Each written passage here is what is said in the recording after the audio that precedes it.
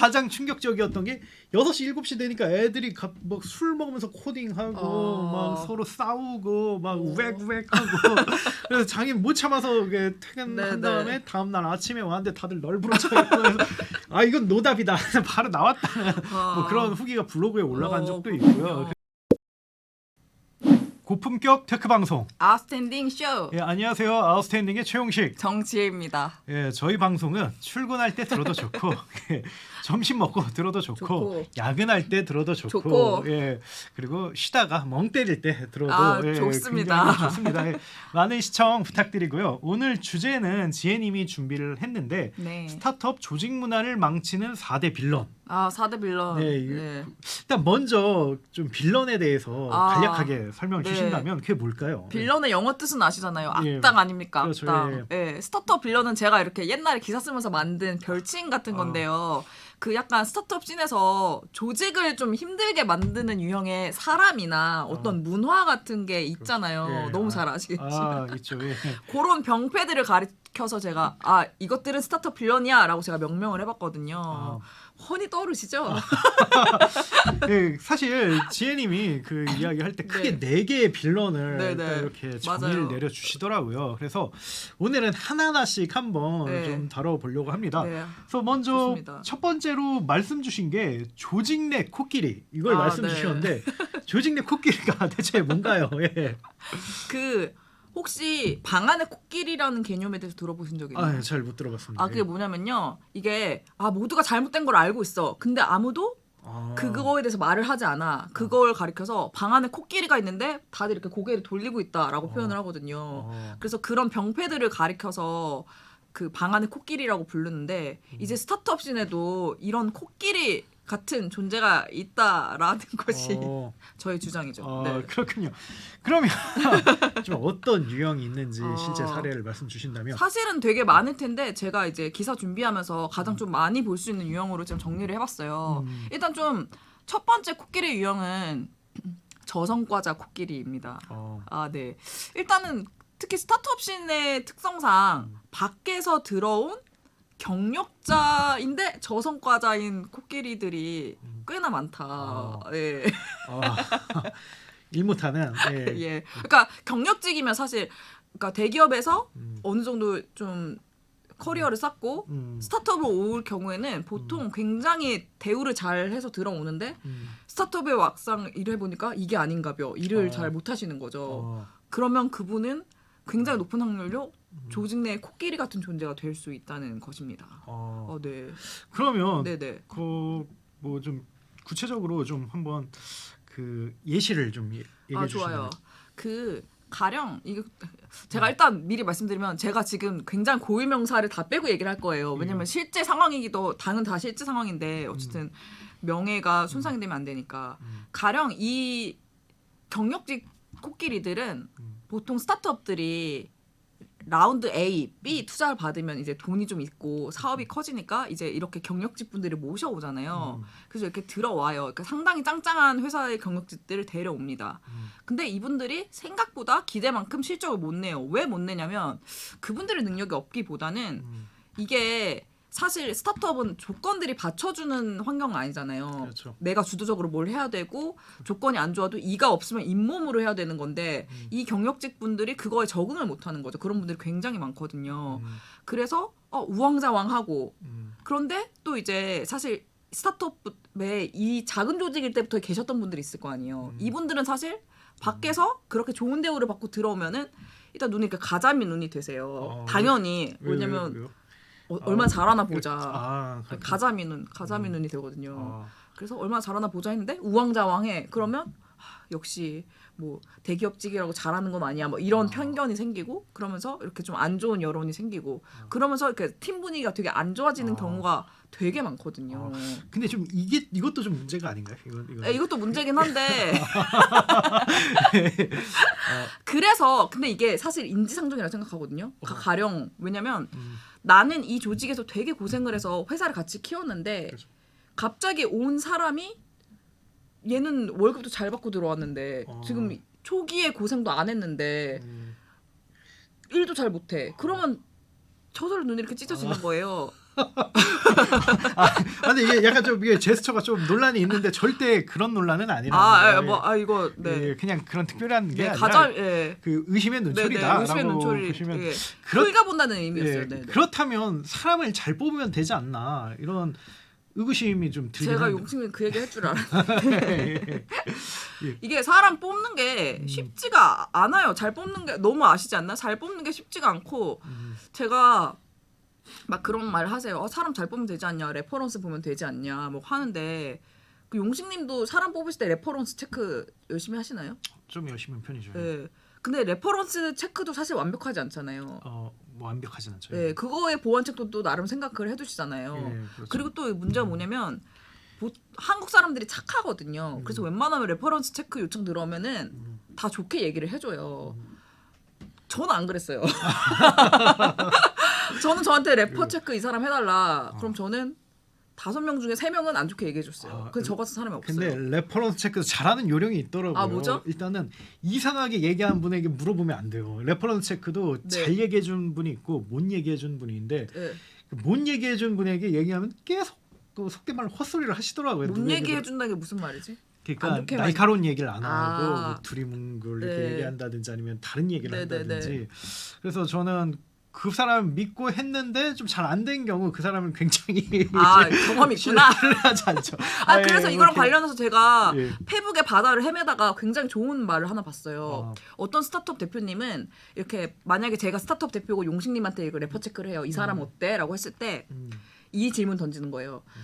님이 다시 창업을 하시면 이 사람을 공동 창업자로 데려가겠어요? 라고 질문 던졌을 때 이 사람이 바로 대답을 안 해. 그럼 채용 안 해. 동공지시. 동공지진하면은 아니구나. 어. 채용하지 않는다. 저 그거 보고 굉장히 그렇게 하면 되는구나. 아무튼 이런 얘기가 나올 정도로 좋은 사람을 뽑는 게 쉽지가 않고요. 그러면은 사실 제가 아까 말씀드렸는데 제가 눈이 가자미 눈 된다고 했잖아요. 사실 가자미 눈 되기 전에 대표가 좀 해줘야 돼요. 그러니까 정리를 교통정리 해줘야 되는데 대표님들이 또 그러기가 쉽지가 않잖아요. 그렇죠. 비즈니스도 바쁘기도 하고 분위기를 다 못 챙기고 그래서 제가 가끔 VC에 좀 높은 분들 만났을 때 하시는 분들이 제가 스타트업 대표의 가장 훌륭한 덕목이 뭔가요? 여쭤봤을 때 굉장히 많은 분들이 사람을 잘 자르는 것이다 라고 하셨는데 제가 들었을 때는 너무 무섭다 생각을 했는데 이게 조직 전체를 방해하는 만약에 암적인 요소가 있다 그러면 대표가 결단을 내려서 나쁜 사람들에서 자를 수도 있어야 되는 것이죠. 네, 아무튼 그게 못하는 대표들이 방 안에 코끼리를 더 키운다 뭐 이렇게 말을 할 수 있겠죠. 그럼 지금까지 지혜님이 말씀하신 거는 네. 밖에서 데려온 코끼리인데 네네 그렇죠. 딱 보니 안에 코끼리가 있었네. 그래 코끼리가 훨씬 더 커. C레벨이야. 이런 경우도 있죠. 예. 왜 모르는 척 질문을 던지시지만 사실 굉장히 많은 케이스를 취재하면서 보셨을 거라고 생각해요. 업계에 정말 적지 않은 사례가 있습니다. 가령 뭐 스타트업의 개국 공신 혹은 대표의 친인척 혹은 아주 오래된 직원들 그래서 사내에서 이렇게 자리를 차지하고 있어요. 근데 실제적인 성과는 못 내요. 그러면서 조직 내 물을 흐리는 거죠. 이게 제가 정말 주변에서 많이 보고 들은 케이스거든요. 근데 이게 계속 말씀드렸지만 대표님들이 이걸 모를 수는 없어요. 하지만 비즈니스 하느라 바쁜 와중에 칼을 드는 것 자체가 너무 힘든 거야. 칼을 들 시간조차 없고 외면하고. 근데 직원 입장에서는 물론 스타트업들이 비교적 동등한 기업 문화지만 그래도 C레벨인데 어떻게 대들어요. 대표랑 친한데 감히 말을 못하잖아요. 그래서 정직한 피드백을 못해요. 그러다 보니까 정말 그런 사이에 코끼리가 맘모스가 되는 그런 안타까운 현상이 네, 실제 사례도 되게 많은데 최근에 들었던 거는 이제 대표의 지인들이 C레벨의 자리를 하나씩 꿰차기 시작하더니 회사 유능한 경력직 중에도 유능한 분들 있잖아요. 그런 분들한테 갑질을 해서 결국 다들 나간 거예요.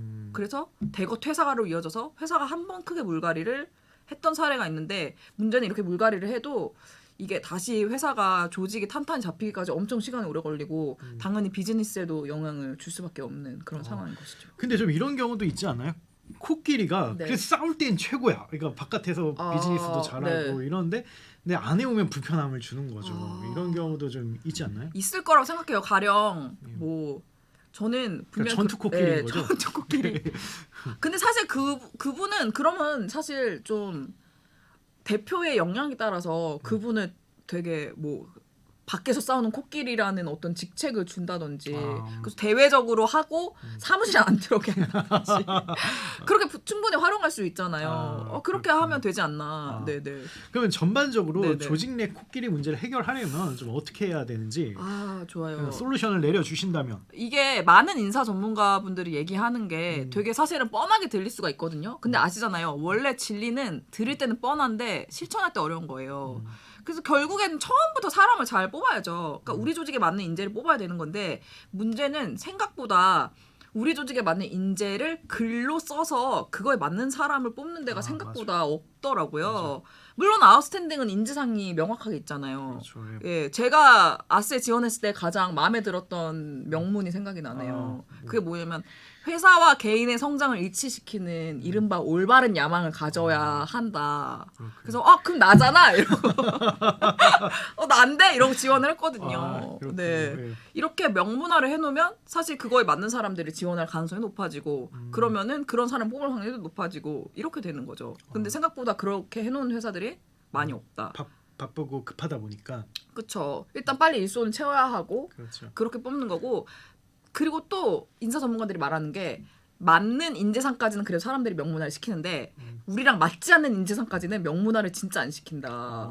그래서 이것도 되게 중요한 것 같아요. 우리 회사랑 맞지 않는 인재상 가령 뭐 아웃스탠딩 같은 경우는 마감을 안 지키는 마감 중요합니다. 네, 마감을 지키지 않는 뭐 이런 식으로 정리를 해놓을 수 있잖아요. 그럼 그런 사람들을 좀 걸러내기가 아무래도 조금은 수월하겠죠? 네. 그러면 아까 시레벨급 네. 코끼리를 얘기했는데 네네. 이들은 근데 진짜 다루기 어려울 것 같아요. 그쵸. 이거는 일단 사이즈가 크니까 아기 코끼리는 뭐 이렇게 이렇게 하면 되는데 근데 큰 코끼리는 뭐 어떻게 해야 됩니까? 이런 경우는. 뭐 가령 저도 여쭤봤어요. 이거 바로 내보내야 되는 거 아니냐. 그랬더니 인사 전문가가 no, 그러면 안 된다고. 그러면 안 된다. 왜냐하면 그 코끼리 분들이 지금은 코끼리지만 사실 한때는 조직에 정말 든든한 대대보였고 정말 험한 일, 굳은 일 맡아서 해주셨던 돌격 대장이셨던 분들도 있고 그래서 그런 분들을 지금 코끼리 됐으니까 내보내라 이거는 좀 말이 안 되는 거고 다만 그 코끼리가 있어요. 그러면 언제까지 이렇게 태도를 바꾸고 이만큼의 역량을 키우고 기회를 주는 거예요. 이렇게 근데 기회를 주는 것도 포인트인데 기간을 제시해야 된대요. 기간을 제시해서 이때까지는 완성해라 이렇게 던져야 된다는 거죠. 왜냐면은 너무 아시겠지만 스타트업에 뭐 제가 말씀드렸던 창업 멤버들이랄지 뭐 C레벨들이 다들 고생하시잖아요. 그렇죠. 그래서 그렇게 자르고 이러면 안 되고 이제 좀 이해를 해줘야 된다. 그리고 원래 제너럴리스트잖아요. 스타트업 초기 멤버들이. 근데 제너럴리스트에서 갑자기 회사가 커지면 스페셜리스트로 변해야 되는데 그게 어디 쉽겠냐고요. 그래서 시간을 당연히 줘야 되는 거고 시간만 주면 안 되고 또 이렇게 도와줘야 된다. 기업이 너 스페셜리스트로 할 수 있도록 도와줄게 이렇게 좀 전폭적으로 지원을 해줘야 된다라고 말씀을 하셨습니다. 근데 대표님들이 엄청 큰 고민인 것 같아요. 네. 그게 제가 아는 대표님은 그렇게 얘기를 했어요. 뭐 이렇게 자회사 대표들로 다 시켜놨는데 네네네. 다 적자다 보니까 언제까지 맞춰라. 그게 아니면 나가라. 네네. 다 맞췄대요. 그래서 다행히 이분들은 해피하게 해피엔딩이네 해피엔딩. 같이 가는 걸로 했고 다행이다. 또 다른 분들은 공동 작업자들이 그렇게 회사 성장에 따라가지 못해가지고 면담을 다 했대요. 근데 아쉽게도 처음부터 이렇게 기한이라는 미션을 주지 않고 그냥 참았던 거예요. 참았다 보니까 마음이 이제 제가 돼버린 거죠. 네, 아유, 어떡해. 그래서 되게 돌려서 얘기를 했다고 하더라고요. 그래서 너는 뭐 지금 뭐 여기 안 다니면 어디 다니고 싶어? 이런 걸로 두 번 돌리셨네. 예, 이렇게 하다가 그럼 또 상대방도 눈치채니까 나가고 뭐 이런 식으로 했는데 그거를 정말 명확하게 하는 것 자체도 어렵지만 근데 최대한 그렇게 하려고 노력하는 게 굉장히 중요한 것 같습니다. 맞아요. 그래서 기간을 명시하는 게 되게 중요하고 근데 또 이게 중요한데 만약에 기간을 명시를 했어요. 근데 그 기간 명시했는데도 해당 멤버가 너무 불성실하고 계속 직원들을 너무 괴롭게 한다. 그러면 기간 명시를 했어도 빨리 헤어지는 게 맞다. 그때는. 그렇죠. 예. 근데 그렇게까지 하시는 분들이 뭐 그리 많을까 싶습니다. 많습니다. 네. 제 경험에 많은 것 같고요. 네. 그렇군요. 근데 그게 막 그분들이 나빠서 그런 게 아니라 그 2인자, 3인자, 4인자 자리가 기본적으로 위태롭기 때문인 것 같아요. 어렵죠. 왜냐면 네. 위에는 명확한 1인자가 있고 아래에서는 이렇게 조직원들이 있는데 이게 낑겨 있잖아요. 그 중간에 있는 게 굉장히 좀 괴로운 상황인 것 같아요. 그래서 좀 어쩔 수 없지 않나 뭐 이런 측면도 있는 것 같습니다. 그리고 사람이 조직과 함께 성장한다는 게 사실 너무 어렵잖아요. 그렇죠. 예, 그래서 이해는 가는데 그래도 어쨌든 좋게 하면 좋겠어요. 알겠습니다.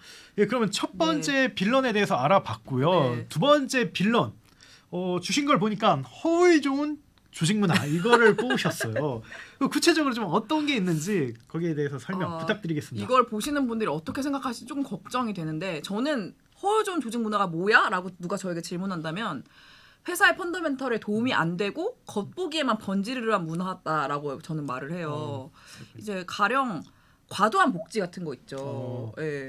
이게 뭐 최근에 스타트업이 혹한기라고 불릴 정도로 되게 상황이 안 좋아지면서 이제 많은 회사들이 이전에 했던 좀 필요 이상의 복지들을 없애거나 줄이고 있잖아요. 가령 직원 숙소랄지 뭐 무제한 식대랄지 뭐 아니면 식대 아예 없애는 분들도 있고 뭐 명절 선물도 줄이는 데도 되게 많고 근데 이제 한 가지 말씀드리면은 뭐 사내 카페 다니는 데도 많고 근데 물론 어떤 회사에는 이런 복지가 불필요하잖아 이럴 수 있는데 어떤 회사에는 그게 필요한 복지일 수도 있어요. 이건 다를 수 있는 건데 아무튼 이런 것들을 저는 좀 허울 좋은 조직 문화라고 생각하고 두 번째로는 실무에 도움이 전혀 안 되는 뭐랄까 이벤트성 힙한 문화들 있잖아요. 가령 이제 스타트업에만 보이는 아주 평등한 호칭, 뭐 반말 소통, 그 무제한 휴가 이런 거 있잖아요. 네. 저는 이런 거를 솔직히 저는 허울 좋은 조직 문화라고 정의를 하고 있습니다. 그런데 이게 네. 반론이 있을 것 같아요. 반론 많겠죠. 왜냐하면 들어오세요. 이게 괜히 생긴 게 아닐 거란 말이죠. 그쵸, 분명히 그쵸. 어느 정도 실리콘밸리에서 벤치마킹 네. 한 것도 있고 그리고 또 스타트업이라는 그런 일종의 차별화된 그런 뭐랄까 자긍심 혹은 그런 느낌을 줄 수 있을 것 같아요. 그래서 단점만 있지는 않는 것 같은데 네. 좀 어떻게 생각을 하세요, 그건?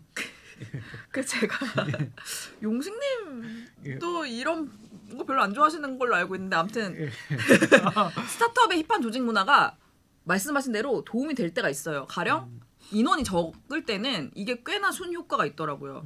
또 조직이 뭔가 힙해 보이기도 하고 사실 초기 스타트업은 어떻게든 언론에 어필해야 될 필요가 있을 때가 있잖아요. 그렇죠. 그럴 때 우리 이렇게 힙한 문화가 있어 이렇게 어필하는 경우도 사실 종종 있었잖아요. 그렇죠. 그런 것도 되게 좋은 마케팅 포인트기도 하고 그렇지만 어쨌든 기업은 사업을 잘해야 되잖아요. 돈을 벌어야 하고 그렇죠. 그래서 사실 그런 걸로 관심 끌어도 진짜 잠깐이고 사업에는 별 도움이 안 되는 경우가 많더라고요. 그렇기도 하고 또 이제 조직이 점점 커질수록 이제 이벤트성 복지나 문화들은 계속 가져갈 수가 없거든요. 그리고 가령 이제 가장 극단적인 스타트업 문화의 대명사 아시잖아요. 뭐죠? 클래스 101. 그러면 뭐 실회사를 뭐 해도 됩니다. 네.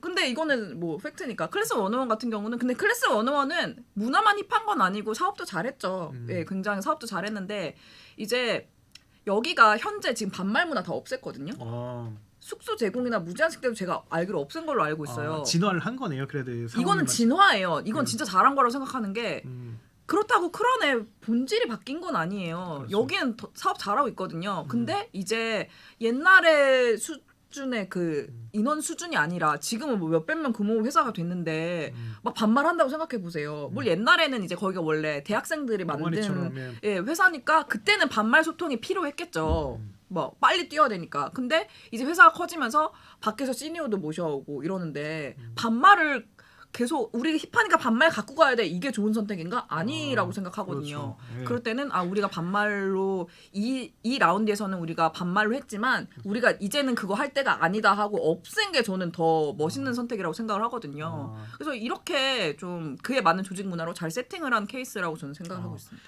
근데 실제로 실리콘밸리에서도 그런 비판이 많다고 하더라고요. 네네. 그래서 기성기업에 있다가 실리콘밸리로 와서 위워크에서 같이 일하는데 뭐 난장판인 거죠. 가장 충격적이었던 게 6시 7시 되니까 애들이 막 술 먹으면서 코딩하고 막 서로 싸우고 막 우웩우웩하고 그래서 장인 못 참아서 퇴근한 다음에 다음 날 아침에 왔는데 다들 널브러 쳐 있고 그래서 이건 노답이다. 바로 나왔다는 뭐 그런 후기가 블로그에 올라간 적도 있고요. 그래서 이게 좀 뭐랄까 어느 정도는 그 좀 문제도 많고 맞아요. 그런 변화의 필요성도 있다고 생각을 합니다. 그렇다면 네. 그 스타트업 조직이 힙합 문화, 이벤트성 네네. 문화를 넘어서 체계화된 인사 시스템을 갖춰야 하잖아요. 그렇죠. 그게 그게 잡이죠. 네. 언제 어떻게 해야 되는지. 일단은 중요한 거는 정말 이 힙한 문화는 조직 문화를 건강하게 만드는 건 아닌 것 같아요. 방금 말씀하신 대로 인사관리 시스템 체계화가 돼야 되고 그게 우선인 것 같은데 보통 많은 분들이 50명 넘어가면 시스템 만들어라 이렇게 조언을 하세요. 근데 인사관리 시스템이란 게 절대로 한꺼번에 확 세팅이 안 된다고 하더라고요. 이제 평가 시스템 구축하고 이제 뭐 채용 같은 것도 뭐 채용 담당자 채용하고 이렇게 단계를 밟아야 되기 때문에 50명 넘어가기 시작하면 차근차근 해라. 그리고 제가 이게 취재를 하다가 제가 느꼈던 게 한 투자사 대표님이 말씀하셨던 게 회사의 진정한 문화는 막 힙한 거 이런 거 힙한 문화 이런 거에 의해서 결정되는 게 아니라 보상, 승진, 해고에 의해서 정의가 된다라고 말씀을 하시더라고요. 근데 이게 너무 저는 맞는 말이라고 생각한 게 우리가 회사 생활할 때 보잖아요. 어떤 동료가 잘 나가는지 어떤 동료가 좀 못 나가는지 그런 걸 다 보잖아요. 근데 저렇게 일을 개판을 쳐도 때 되면 승진하네? 이런 조직에서 누가 열심히 일을 하겠어요. 그렇죠. 근데 저 사람 진짜 열심히 하는데 그만큼 보상을 받고 승승장구하는구나. 그럼 그 사람을 따라하게 되잖아요. 그렇죠. 맞습니다. 그래서 오히려 이런 게 중요하다. 그래서 인사관리 시스템을 얼른 세팅을 해야 된다. 근데 이게 쉽지는 않죠. 이게 인사 담당 전문가는 그렇게 말을 하겠지만 쉽지는 않죠. 그래서 제가 모기업 인사 담당자의 고민을 좀 들은 적이 있는데 사실 스타트업이 진짜 급격하게 성장을 하잖아요. 그래서 막 직원이 막 1,000명이 되어가는데 막 타이밍을 놓친 거예요. 이 기업은 인사 시스템 제대로 세팅을 못해서. 그래서 직원 평가 기준 같은 것도 세팅을 못해서 그러니까 윗선에서 모여서 이렇게 샌드위치 먹으면서 막 주관적으로 평가하고 막 이랬대요. 그래서 그럼 평가가 제대로 안 되겠죠. 그래서 실제로 공을 세운 사람들은 정확한 보상을 못 받았고 이렇게 반대로 된 거죠. 그래서 결국에는 잘하는 사람들 조직을 이탈하고 그러다 보니까 이제 다시 이렇게 조직에는 저성과자들만 남은 거예요. 아까 말했던 코끼리들만. 코끼리 약간 우리가 된 거예요. 그래서 결국에는 그 사람들 다 내보내고 거하게 물갈이를 하고 다시 조직을 세팅했는데 이런 경우에는 조직이 뿌리 내리는 게 너무 어려운 거예요. 그렇죠. 그냥 거의 약간 6개월에 한 번씩 다 나가고 막 이런 게 반복이 계속 된다고 하더라고요. 그래서 이런 기업도 진작에 조금 세팅을 했으면은 그래도 이런 폐단을 좀 막을 수 있지 않았을까 이런 생각을 해보는 거죠.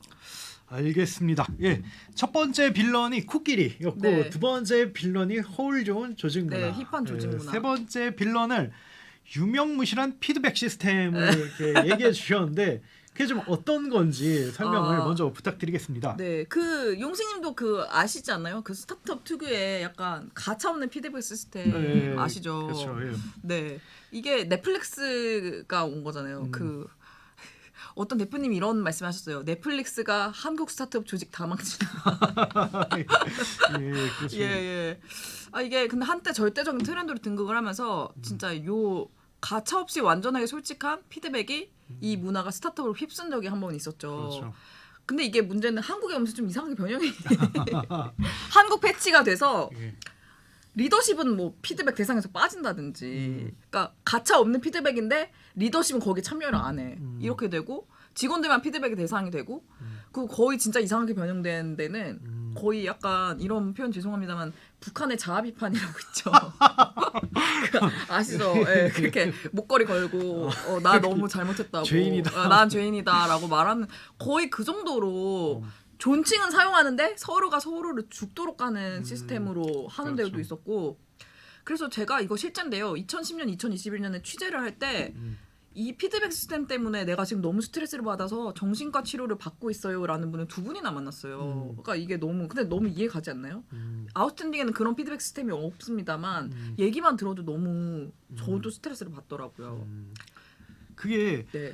좀 오버 커뮤니케이션 하자는 거잖아요. 그쵸, 쉽게 그쵸. 말해서 우리 할 얘기는 다 하자 일적으로. 네. 그런데 그게 아무래도 좀 경험도 적고 그쵸. 그러다 보니까 좀 그런 게 아닌가. 그리고 맞아요. 또 하는 방법도 잘 모르고 맞아요. 이런 게 그래서 좀 넷플릭스가 어느 정도 그거에 좀 영향을 미치긴 했는데 그래도 피드백이라는 게 그 네. 자체는 나쁘지 않잖아요. 그쵸. 어쨌든 취지라든지. 커뮤니케이션이니까. 예, 네네. 그게 맞아요. 있어야 또 발전을 하게 되고 자기 부족한 점을 알게 되는데 네. 이게 왜 좀 그 아까 얘기한 그 시스템이 왜 문제라고 생각하는지 거기서 말씀을 주신다면. 일단 피드백을 우리가 왜 하나 생각을 해보면 사실은 그냥 조직 내 부진한 사람들이 있으면 그들의 실적을 개선을 시키고 팀 전체 역량을 끌어올리기 위해서 피드백 제도를 하는 거잖아요. 근데 이제 이거는 제가 취재하면서 느낀 건데 실제로 일반 기업 입장에서 정말 유난하다 싶을 정도로 피드백 제도를 실행하는 기업이 몇 군데 있는데 정말 큰 성과, 이 피드백 때문에 큰 성과를 거뒀다라고 말하는 내부 직원을 본 적이 없어요. 그러니까 이게 생각해보면 되게 당연한 일인 게 사람이 기계가 아니잖아요. 근데 누가 나한테 너무 이런 점이 부족하니까 막 좀 어떻게 해라라는 피드백을 받았다고 생각을 해봤을 때 보통은 의기소침하고 주눅이 들게 되죠. 그 와중에 아 너무 고맙다. 내가 이런 좀 부족하니까 열심히 채워버리라 라고 말한 사람이 몇 명이나 될까. 저도 그렇게 못할 것 같거든요.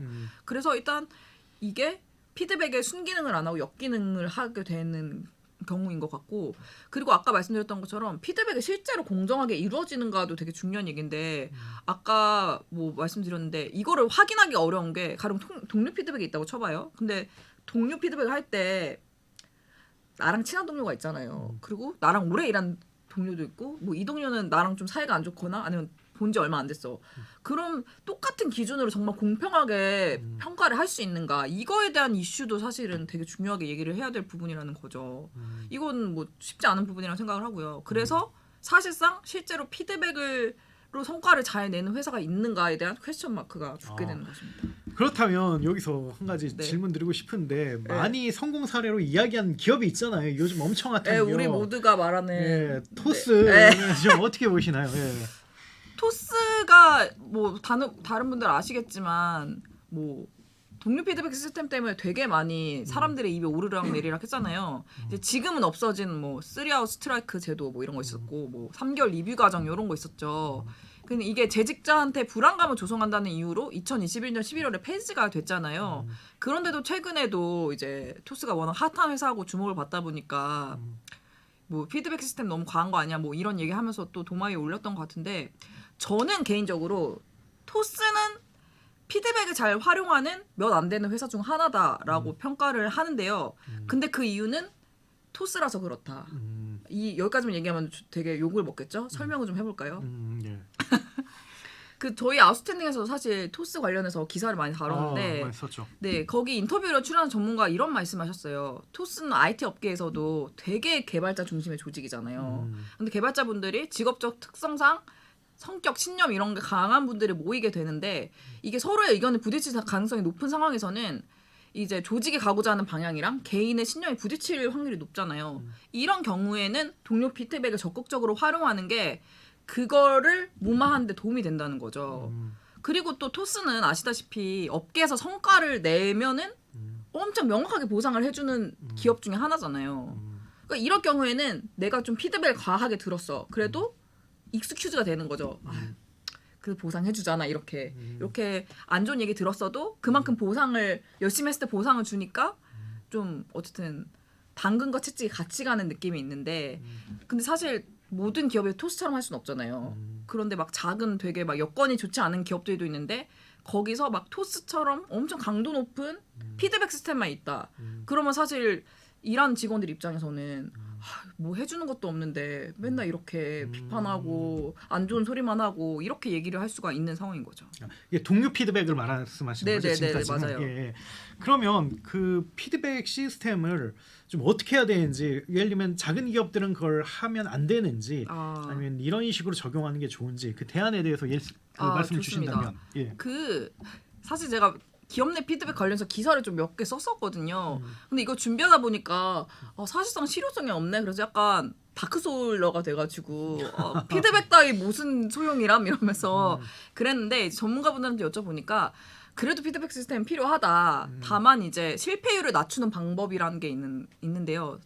두 가지가 있어요. 첫 번째는 그래도 2년 정도는 피드백 시스템 계속 해야 된다.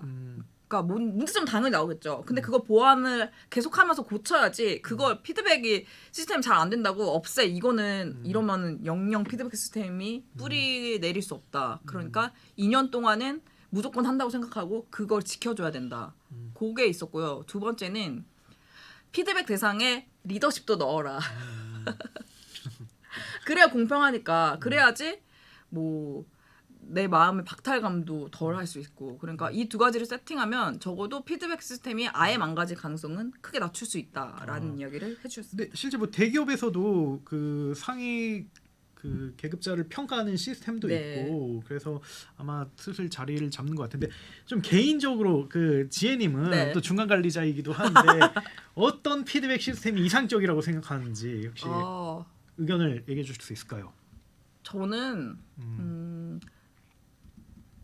제가 원래 되게 좋은 얘기만 하는 스타일이 아니잖아요. 예. 예. 사실 할 아웃스탠딩 말 많이 예. 하시죠. 아웃스탠딩에서도 나름의 피드백 시스템을 하고 있잖아요. 그렇죠. 예. 저희는 파트너를 해가지고 이제 피드백 시스템을 하고 있는데 저는 제가 그 시스템 잘 쓰는 것 같아요.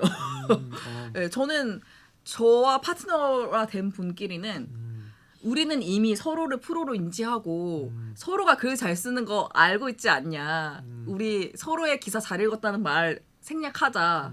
부족한 부분만 드라이하게 나열하자라고 하거든요. 그래서 그렇게 했었어요. 저는 그때가 되게 좋았거든요. 이러면은 사실 서로를 프로페셔널로 인식하고 인정한 상태에서 뭘 하면 더 개선될지를 이렇게 보완을 하는 거잖아요. 그런 식으로 약간 좀 태스크 위주로 우리는 기사를 쓰니까 그렇게 피드백을 하면은 꽤 좋은 것 같다 이런 생각을 했죠. 그래서 또 사람 성향마다도 좀 다른 것 같아요. 좀 뭐랄까 어떤 분들은 그런 걸 되게 목말라 하는 분들도 네, 있고 쿠셔너라고 하죠. 예, 쿠셔너. 달라 뭐 이렇게 네. 그리고 진짜 거기서 딱 들어보고 좋은 것만 쏙쏙 빼먹고서 쏙쏙. 계속 성장하신 분이 있고 어떤 분들은 그런 얘기를 하려면 바로 얼굴이 굳는다든지 막 후덜덜덜 막 이런 분들이 있더라고요. 그래서 이게 제 개인적인 생각으로는 용식님은 뭐랄까 그런 피드백이라든지 이런 거에 대한 인식 자체가 한국 조직 문화라든지 기업 문화가 좀 약한 것 같아요. 이걸 받아들여야 되는데 네. 뭐랄까 지금까지는 어떻게 보면 이제 사수부사수 제도였잖아요. 사수가 부사수를 놔. 근데 네. 맞게는 그런 제도였기 때문에. 근데 그게 좋은 점은 그래도 어쨌든 창피하진 않거든요. 공개적으로 이루어지는 건 아니기 때문에. 근데 이게 동료 평가라든지 이런 피드백 같은 경우는 좀 그런 단점이 있어서 뭐랄까 한계가 있어서 근데 저는 당연히 이게 맞는 방향인 것 같고 이게 좀 어떻게 하면 잘 안착을 해야 될까 그래서 저는 많은 분들이 좀 쏙쏙쏙 빼먹는 걸로 했었으면 좋겠어요. 얘기를 들었을 때 그에 충격받지 말고 그렇죠. 그런 거에 흔들리지 말고 들으면 듣더라고 하면 또 받아칠 수도 있는 거고 내가 난 그렇게 생각지 않는데 난 그렇게 생각하지 않아 라고 하면 또 차라리 또 옹호를 하고 내 지표를 봐 이거는 내가 만든 거야 라고 하면 또 상대방이 찍소리 못 하잖아요. 그렇기 때문에 너는 뭘 했니? 뭐 이렇게까지 가는 상황이 되겠지만 어쨌든 좀 뭐랄까 피드백 시스템을 아직까지는 좀 정착하는 그런 커뮤니케이션이라든지 문화가 아니지 않나. 그리고 되게 중요한 게 예. 사람끼리 이루어지는 커뮤니케이션이기 때문에 정말로 이 사람이 잘 되기를 바라는 마음에서 날카로운 얘기하면 그거 분명히 전달된다고 생각하거든요. 그렇죠. 네, 너무 잘 되길 바라는데 이것만 보완하면 정말 좋을 것 같다라는 진심은 무조건 전달이 된다고 생각하고 근데 사실 막 동료 평가 시스템 막 이런 거에 휘둘리다 보면 악한 감정이 생길 수 있잖아요. 그래서 막 일부러 악하게 쓸 수도 있고 그냥 그런 거를 좀 막는 거를 좀 많이 고민을 하면 좋을 것 같아요. 가령 뭐 이제 제가 제일 많이 사용하는 권법은 밥 사주기 권법인데 맛있는 거 사주면서 요즘 너무 잘하고 있는데 근데 이런 거는 아쉽다 뭐 이렇게 한다는데 그 정도의 성의는 좀 물론 이건 작은 조직이라서 가능한 걸 수도 있는데 어쨌든 진심은 전달이 되기 때문에 그런 부분에 대해서도 좀 생각을 해봐야 되지 않나 생각을 해봅니다. 좋습니다. 네. 예. 뭐 여기까지 지금 세 번째 빌런을 다뤘는데요. 네. 마지막 빌런 네. 보면 고속 성장하는 회사 내 우왕좌왕하는 조직 뭐 이런 걸 꼽으셨는데 약간 이걸 보긴 뭐 얼핏 명확하게 뭔지는 느낌이 오지 않는데 좀 더 네. 설명을 해주신다면 뭔가요 이게? 그래요? 느낌이 안 오세요? 이게 스타트업씬은 사실 널리고 널린 사례인데 예. 많이 보시지 않았을까? 네. 그 스타트업에서 가파른 성장세를 가리켜서 제이커브를 그린다고 하잖아요. 근데 제 생각에 제이커브 그린 스타트업 중에서 이 빌런을 만나지 않은 곳이 한 곳이라도 있을까 이런 생각을 해요. 그렇죠.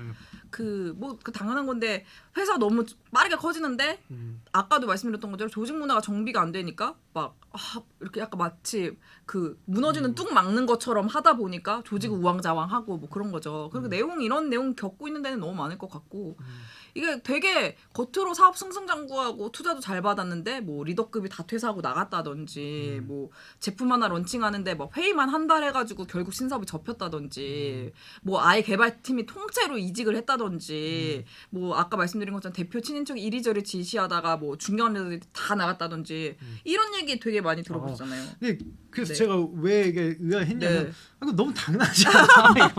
그러니까 이걸 없는 게 그러니까 빌런이라고 하기에는 네, 네. 이게 너무나도 일반적이라서. 그렇죠, 그렇죠. 근데 이거를 좀 어느 정도 해소할 수 있는 건지 아니면 당연한 건지 좀 이거는 해소할 수 있는 건가요? 이거는 빌런인데 무찌를 수 있는 건가요? 제가 보기에는 예. 이 네 명은 아니죠. 네 개의 빌런 중에서 제일 어려운 것 같기는 해요. 그래요. 왜냐하면은 이게 스타트업이 생존을 해야 다음이 있는 건데 그렇죠. 지금 생존 자체도 특히나 요즘에는 생존 자체도 지금 너무 어려운데 조직 문화 정비한다고 배부른 소리 이렇게 말씀하실 수도 있고 이게 물 들었는데 노를 빨리 져야 되는데 뭐 그렇죠. 배를 정리하자 이러면 좀 웃기게 들릴 수도 있고 그렇죠. 그래서 뭐 급한 물만 계속 끄는 상황이 계속 되는 건데 그리고 또 어려운 게 이게 사실상 스타트업 내 조직의 정비는 정말 대표의 아주 강력한 의지가 있어야 진행이 되잖아요. 그래도 어렵고 그러니까 이게 너무 어려운데 대표는 비즈니스를 해야 되잖아요. 그래서 이제 제가 들었던 얘기가 가끔 이제 대표님들이 야 나는 비즈니스 해야 되니까 거기 구원투수를 이렇게 데려와가지고 이렇게 조직 정비를 하려고 뭐 데려오시는 대표는 뭐 돈 구하러 다니거나 돈 네. 벌러 다니고 네. 나머지는 그냥 네. 예. 그렇게 하는 경우에 제가 들었어요. 이제 그런 그 분과 이제 만나서 얘기를 좀 들어봤는데 이제 구원투수로 들어갔는데 이제 당연 대표가 나 대신 조직을 정비할 거야. 얘 말 들어라고 했겠죠. 근데도 조직원들이 말을 안 듣는데요. 저 젊은 아이는 누구지? 이렇게 약간 싸늘한 시선으로 말하고 반발심도 엄청 높고 협조를 진짜 안 해주더래요. 또 그분이 좀 나이가 좀 어리셔가지고 그래서 어떻게 미션은 석세스를 하셨는데 그 살이 굉장히 찌셨더라고요. 근데 정말 네, 살 네. 많이 찌시더라고요. 네. 대표님들. 그리고 여러 병을 달고 끝내 퇴사를 하셨다고. 2년 동안 이제 이렇게 싸우시고 그 빌런이랑 막 싸워서 빌런을 눕혔는데 이제 나도 이제 약간 그로기 상태로 퇴사를 하셔서 그렇군요. 네 그래서 아무튼 그 정도로 단호하게 칼을 뽑아야지 될까 말까다. 그래서 정말 내부 중간 관리자의 한 명의 노력만으로는 정말 힘들다. 네. 그러면 좀 구체적으로 해결 방안이 있는지 그걸 좀 알고 싶은데요. 제가 진짜 그걸 말씀드리면 제가 너무 좋겠는데 예. 이 답이 대표의 마인드에 달렸다 이게 답이에요. 그러니까 일정 시점에 오면은 대표가 마음을 먹어야 돼요. 성장과 함께 조직 정비를 단행하겠다는 굳은 의지. 근데 이제 이거는 당연한 거고 회사마다 상황이 다르겠지만 전문가분들이 말하는 공통된 절차는 있어서 요거는 소개를 시켜드릴게요. 일단 제일 먼저 할 게 인사 책임자 빨리 만들어라. 그리고 걔네들한테 되게 강력한 권한을 줘야 된다. 심지어 어떤 권한이냐면 대표의 말을 막아설 정도의 강력한 권한을 줘야 된다. 여기서부터 어렵죠. 그렇지. 여기서부터 어렵죠. 두 번째로 인사팀은 시스템을 무조건 빨리 구축해야 되는데 경영자를 설득할 수 있는 권한 자체를 아예 인사팀이 세팅할 때부터 경영자가 넘겨줘야 된다. 그리고 많은 인사 전문가들이 공통적으로 말씀하시는 게 CEO, CFO, CHRO 이렇게 성장 재무 인사의 삼각편대가 잘 운영이 되면 그 조직은 정말 튼튼하게 오래 성장할 수가 있다. 그래서 뭐 글로벌 기업 같은 경우는 CEO가 출장 갈 때 CHRO도 같이 동석을 꼭 한다고 하더라고요. 근데 여기까지 너무 뻔한 얘기죠. 근데 확실히 네. 뭐 되게 어려운 것 같더라고요. 왜냐면 어려워. 또 뭐 인사 네. 전문가를 데려와도 인사 전문가가 빌런인 경우도 있고 그래서 뭐 제가 직접 겪은 건 아닙니다만 왜냐면 그분이 빌런이라서 빌런이 아닌데 네. 와 보니까 빌런이 돼버린 거예요. 이근동 왕망했어요. 워낙 스타트업이 워낙 이상하니까 그 부분 보기에 그래서 그분은 정말 정석대로 정말 배운 대로 겪은 대로 이렇게 했는데 그 모든 조직원의 반발을 산 거죠. 그럼 여기서 또 문제가 생기죠. 빌런은 조직원들이니까 그래서 이게 굉장히 이게 쉽지 않은 것 같더라고요. 근데 다만 근데 확실한 거는 근데 대표가 뭔가 마음 먹고 계속 그런 쪽으로 가려는 의지를 있으면 문제 해결은 되더라고요. 그래서 그쵸. 제가 아는 굉장히 존경하는 대표님은 정말 성장 단계별로 고민을 하셨어요. 근데 그게 다 잘 안 됐어요. 어떡해. 솔루션이 안 됐지만 그럼에도 불구하고 다른 기업 대비 훨씬 적은 리스크와 노이즈 속에서 성장을 계속 하셨어요. 그래서 실패는 했지만 그래도 예, 그래서 저는 정말 이게 빌런 오브 빌런인 것 같아요. 그 제이커브가 주는 우왕좌왕.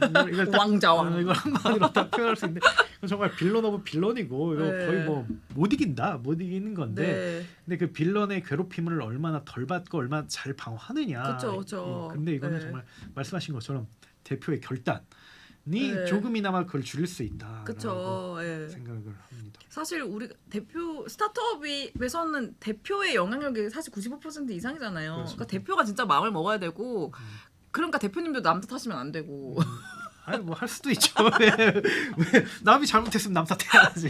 아, 네. 예, 아무튼 그렇습니다. 너무 어렵죠. 저도 사실 조직 문화 관련해 가지고 맞습니다. 기사 쓸 때는 항상 제가 취재원분들한테 징징대요. 이거 너무 뻔한 얘기 아니냐. 그렇죠. 이거 너무 뻔한 얘기 아니냐. 그럼 항상 그분들은 기자님 진리는 원래 들을 때는 뻔합니다. 하지만 지키긴 너무 어렵죠. 그래서 알겠다. 그렇군요. 그 기사를 쓰곤 하죠. 알겠습니다. 그러면 여기까지가 4대 빌런 네. 오늘의 주제를 다 얘기했고요. 네, 네. 여담으로 그냥 편하게 이야기하자면 그 바깥에 그 밖에 다른 빌런들 빌런들, 있죠. 소소한 빌런분들. 예, 아까 좀 스몰 빌런들 네. 뭐 얘기해 주시죠. 스타트업 씬에 있는 게 이제 경력 화려하지만 실력은 사실 없고 근데 그 경력으로 많죠. 자기 예. 마케팅 거하게 하시는 저는 공작새라고 부릅니다. 공작새형 빌런이라 부르는데 예. 이분들 아시죠? 뭐 강의 찍고 책도 내고 진짜 별 난리 부르스를 치는데 이제 그래서 정말 실력 있는 사람인가 하고 같이 근무한 동료분들 얘기를 들어보면 업무 능력은 제로에 수렴하고 그리고 본인이 한 업무가 아닌데 본인이 한 업무처럼 꾸미고 그리고 막 심한 경우에는 어떤 케이스까지 봤냐면 되게 좋은 스타트업에 3개월만 근무를 한 거예요. 그러니까 여기서 3개월이 뭔지 아시죠? 수습 기간이잖아요. 결국 그걸 못 넘었거든요. 근데 자기 경력으로 그 스타트업에서 일했던 경력을 넣는 거예요. 그러니까 그거 좀 약간 말이 안 되잖아요. 내가 3개월만 일하고 사실 그걸 통과도 못했는데 그걸 내 경력으로 넣는 건 사실 좀 이상한 거잖아요. 근데 그거를 계속 자기의 대표 경영으로 얘기를 하고 다녀서 그 해당 회사도 굉장히 난색을 표하고 있지만 어떻게 말을 하지 못하고 있는 상황이라고 들었어요. 그래서 제가 아는 창업자들도 네. 공작새형 빌런을 대부분 다 싫어해요. 근데 그래서 왜냐면 일을 안 하니까. 일 안 하고 그러니까. 막 자기 어떻게 하면 스타 되나 뭐 이런 예, 거 하는데 안 하는데 또 굉장히 뛰어난 리더십을 가진 창업자들은 뭐 정말 그것도 뭐 약으로 쓴다고 이렇게 잘 이렇게 쓰신 분들도 있더라고요. 이런 상황에선 이 사람이 필요하다라고 해서 이 사람을 기용해가지고 뭐 예를 들면 뭐 마케팅이라든지 아니면 회사의 브랜드라든지 네. 이런 거에 알리는 거에 있어서 또 쓰기도 하더라고요. 근데 대부분 뭐 끝이 좋진 않았던 것 같아요. 예. 물론 강의하고 책도 내시고 이러면서 정말 잘 하시는 분들도 많아요. 물론이죠. 우리 예. 아웃스탠딩 필자분들이 그런 분들이죠. 예, 네, 그렇죠. 정말 실력도 있으시고 저희가 다 알아보고 하거든요. 네. 예, 그렇습니다. 그렇군요. 그다음 스몰 빌런 또 뭐가 있나? 이거 대표님들도 빌런일 때가 있잖아요. 그렇죠. 예, 무분별한 사생활로 회사에 먹칠하는 그렇죠. 자승자박형 그렇죠. 예. 자승자박형 빌런이죠. 제가 실명 거론 안 할 거예요. 근데 뭐 너무 아시잖아요. 뭐 술 마시고 실수해서 뭐. 근데 뉴스에 나면 익명으로 나가도 사실 다 알거든요. 다 알잖아요. 맞습니다. 예. 근데 이런 케이스가 되게 심심하면 한 번씩 꼭 터지잖아요. 그렇죠. 뭐 학력 위조도 있었고 그렇죠. 뭐 너무 많잖아요. 근데 이게 너무 안타까운 게 그런 경우에 실수는 하셨지만 비즈니스 잘하는 회사들도 많단 말이죠. 그렇죠. 근데 그 한 번의 실수 때문에 회사가 성과까지 저평가되고 그렇죠. 안 좋은 케이스가 너무 많은 거예요. 그래서 이게 이 방송 보시는 대표님들께서도 신의 성실의 원칙 어디서나 지키셔서 자승자박형 빌런에서 벗어나셨으면 좋겠다. 그 뭐 다른 말로 표현하자면 오너 리스크라고 그쵸. 파운더 네. 리스크일 수도 있고 있죠. 그래서 이게 네. 뭐 정말 뭐 창업자분들이 워낙 많은 스트레스를 받다 보니까 네. 그런 돌출 뭐 처음부터 나쁜 분들도 없지 않아 있다고 생각하고 있는데 이런 경우는 거의 없고 맞아요. 대부분 다 저와 같은 그냥 일반인입니다. 다 근데 좋으세요. 워낙 네. 스트레스를 받다 보니까 이렇게 돌출 행동을 하시죠. 뭐 이해되는 부분도 있지만 근데 본인의 그런 행동이 정말 회사를 위태롭게 할 수 있으니 정말 조심하여 네. 하셔야 된다라는 말씀을 드리고 네. 싶고 또 다른 스몰 빌런 있나요? 아, 네. 이거는 제가 최근에도 많이 겪어서 좀 스트레스 받았던 건데 전 회사를 과하게 뒷담화하는 임금님은 당나귀형 빌런인데요.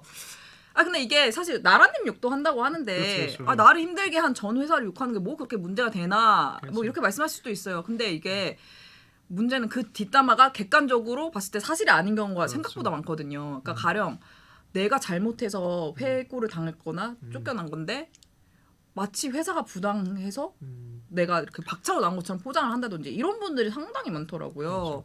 그래서 뒷담화를 치면서 MSG를 너무 치시는 거죠. 그렇죠. 그래서 제가 실제로 본 사례는 퇴사를 하셨어요. 근데 그분이 실제랑 허구를 너무 섞어가지고 뒷담화를 정말 사방팔방에 쫙 뿌린 거예요. 그렇군요. 근데 그게 문제는 그 전 회사 대표랑 그 전 회사에 투자한 투자사한테까지 들어간 거예요. 그래서 상당한 공익을 치르셨거든요. 가짜 뉴스 메이커네. 아, 예, 예. 아 저도 가끔씩 돌아다니다 보면 네. 이런 분들 만나요. 네. 근데 얼핏 들으면 재밌어요. 네, 재미는 있죠. 듣기 재미있지. 빠져듭니다. 예, 빠져드는데 근데 멀리 하죠. 왜냐면 진짜 도움이 안 되거든요. 도움이 안 되죠. 왜냐면 이분들이랑 얘기를 하다 보면 정말 얻을 것도 없고 네네. 다 소스들이 다 굴절돼 있고 왜곡돼 있기 때문에 맞아요. 그래서 굉장히 좀 조심하는 네. 편이고 그리고 또 그러니까 저는 오죽하면 전 회사를 욕할까 뭐 이해가 되는 면도 네네. 있지만 근데 그것도 좀 정제돼서 이야기하는 게 좋고 딱 그쵸, 사실만 그쵸. 얘기를 해야지 이걸 MSG라든지 아니면 자기의 뭐 감정이 섞여서 이런 거는 본인에게도 안 좋고 네. 모두에게 안 좋은 것 같습니다. 적당히 해야 돼요. 그래서 제가 막 너무 힘든 게 음. 막 그래서 취재원들 분들 얘기를 들었을 때 항상 꼭 뒷조사를 따로 해야 되고 이렇게 MSG를 치시면 그렇죠. 너무 어렵다. 그렇죠. 왜냐면 네. MSG 치는 게 재밌지만 이런 생각 들면 갑자기 정신이 확 뛰어요. 아, 이 소스나 대상이 내가 될 수도 있겠구나. 네, 그렇죠. 라고 하면, 맞아요. 예, 정신이 확 뛰고 피하게 되거든요. 네, 그렇죠. 그리고 사회생활 좀 해보니까요.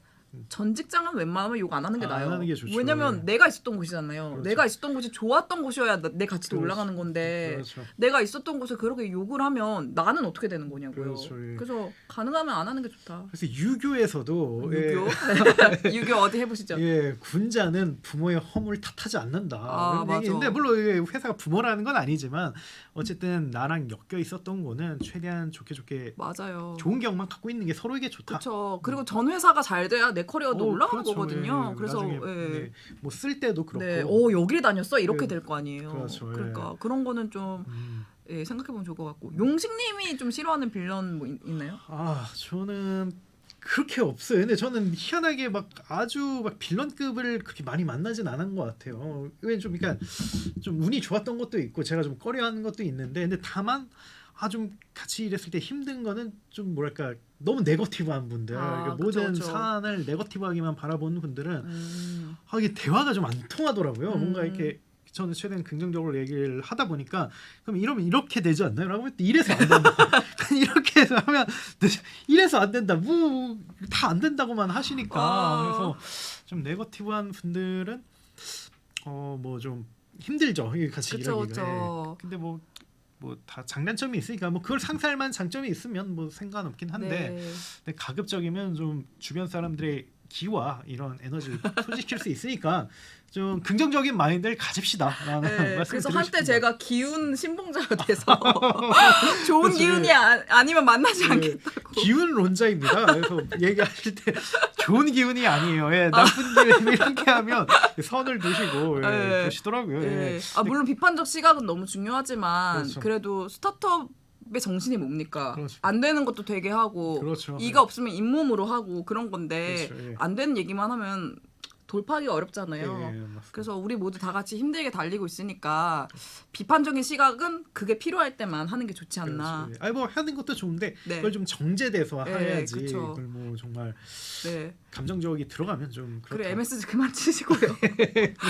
저희가 뒷조사하기가 너무 힘드네요. 예, 맞습니다. 또 희한하게 MS 친구들을 계속 쳐요. 그래서 그 신뢰를 못 하겠더라고요. 네. 예. 그리고 정말 MSG 안 친 웰빙 분들은 정말 계속 웰빙이에요. 맞아요. 예. 그래서 그런 분들은 완전 그 너무 땡큐죠. 제 생각에 MSG 한 번 치는 순간 그냥 팔이 이렇게 고정되나 봐요. 치는 이렇게 팔을 그러니까 처음부터 안 치는 게 좋다. 아, 치는 게 예. 좋다. 아 그리고 또 이해가 되는 게 스타트업 씬에 있다 보면 워낙 경쟁이 세다 보니까 나도 모르게 조금 과장해서 얘기하는 게 없지 않아 환경이 조성되는 것 같아요. 그거는 또 이해가 예, 가요.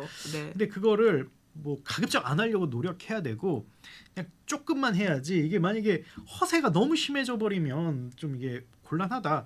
뭐 아예 이해 안 되는 게 아닌 거는 뭐 영업이라든지 그쵸. 뭐 아니면 필요하죠. 뭐 PR 관점에선 좀 조금 있을 수 있다고 생각을 해요. 정말 그 우리 이원복 셰프님이 말하는 한 꼬집 이 정도는 저는 가능하다고 꼬집. 생각을 하는데 이걸 정말 국자로 피우면 그러면 음식이 안 된다. 망가지죠. 예, 신뢰가 사라진다라는 네. 말씀을 드리고 싶고요. 네. 이제 아쉽게도 벌써 시간이 됐습니다. 오늘 지혜님이 말씀 주신 그리고 정의하신 여러 가지 유형의 빌런들을 살펴봤는데요. 좋은 말씀 감사드리고요. 앞으로도 더 재미있는 주제, 흥미로운 주제로 찾아뵙도록 하겠습니다. 그러면 좋아요, 구독, 알림 설정까지 부탁드리고 여기서 마무리하도록 하겠습니다. 감사합니다. 감사합니다.